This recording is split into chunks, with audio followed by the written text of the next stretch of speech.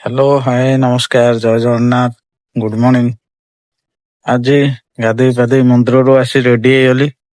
ଗାଡିର ପଲ୍ୟୁସନ ଟା ହେଇନି, ଯାଉଛି ପଲ୍ୟୁସନ ଟାକୁ କରିବାକୁ। ଆଉ କଣ ସମସ୍ତେ କହୁଛନ୍ତି ଯେ କଟକରେ କଡାକଡି ଚେକିଂ ଷ୍ଟାର୍ଟ ହେଇଯିବ ଏପ୍ରିଲ 1 ରୁ। ତ ଡେରି ନକରି ଚାଲନ୍ତୁ ଯିବା, ପଲ୍ୟୁସନ ଟା ଜଲ୍ଦି କରିକି ଆସିବା। ଆଉ ଚ୍ୟାନେଲରେ ନୂଆ ଥିଲେ ଚ୍ୟାନେଲଟିକୁ ସବସ୍କ୍ରାଇବ କରିବେ, ବେଲ୍ ଆଇକନଟିକୁ ଦବେଇବେ, ଆଉ ଲାଇକ୍ ସେୟାର କମେଣ୍ଟ କରିବାକୁ ଭୁଲିବେନି। ଚାଲନ୍ତୁ ଯିବା ପଲ୍ୟୁସନ କରିବାକୁ।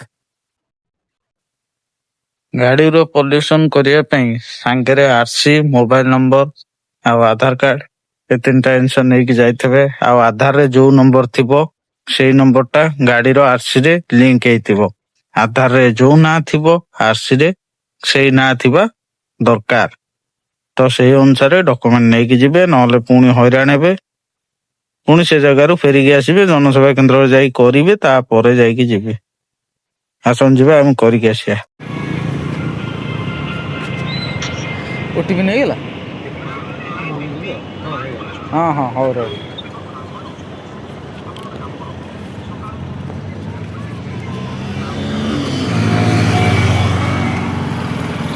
ଷ୍ଟାର୍ଟ କରିଦେବେ।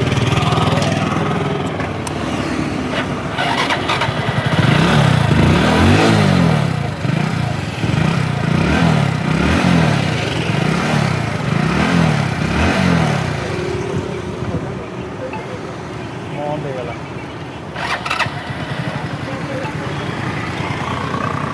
ହେଲା ତ ଭାଇ?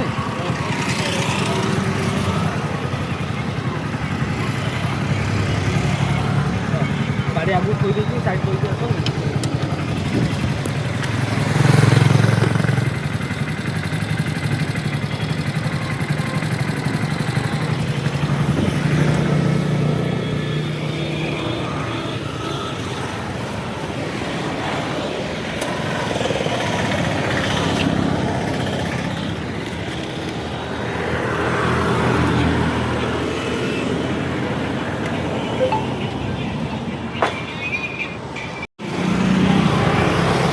ରଖିଛୁ ଭାଇ?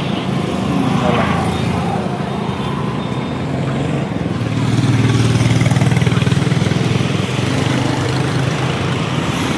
ଯାଇଥିଲି ପଲ୍ୟୁସନ୍ କରିବା ପାଇଁ, ପଲ୍ୟୁସନ୍ କରିକି ଆଇଲି। ଆଉ ଆଗ ଭଳି ଭିଡ଼ ବି ରହୁନି।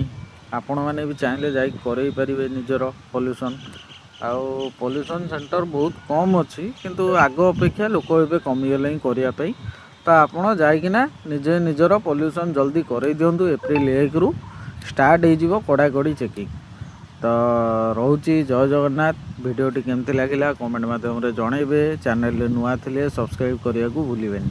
ଏଇଟା ମୋର ପ୍ରତିଦିନିଆ ବ୍ଲଗ୍ ଚ୍ୟାନେଲ୍। ଡେଲି କିଛି କିଛି ଆପଣ ଦେଖିବାକୁ ପାଇବେ।